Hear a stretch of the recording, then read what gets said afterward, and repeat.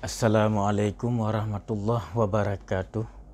Alhamdulillah wassalatu wassalamu ala Rasulillah wa ala alihi washabbihi ajma'in.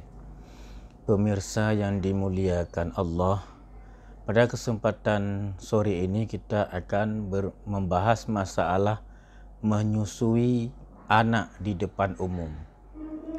Sudah menjadi kebiasaan bagi wanita di zaman sekarang, di saat beliau keluar, apakah di bis atau di tempat-tempat keramaian, di saat anaknya kehausan, langsung biasanya menyusui anaknya di depan umum, sehingga menampakkan aurat ketika sedang menyusui anaknya di depan umum, baik di bis ataupun di mal-mal dan di warung-warung. Kita bisa melihat fenomena hal terjadi sekarang ini.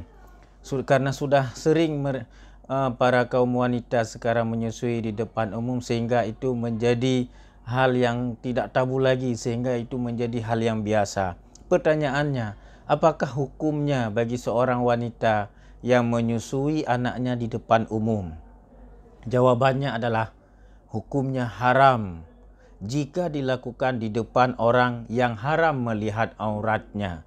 Apabila dia menampakkan auratnya di saat menyusui anaknya di depan umum, maka hukumnya haram, karena hukum menampakkan aurat itu adalah haram.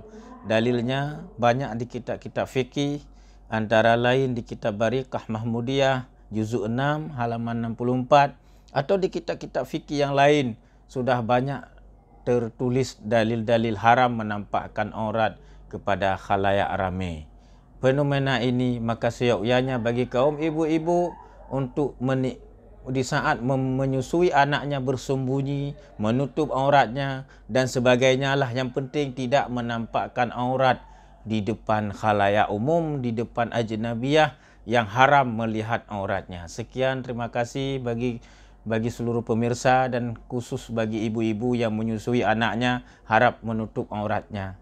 Lebih dan kurang hamba yang fakir ini memohon maaf. Assalamualaikum warahmatullahi wabarakatuh.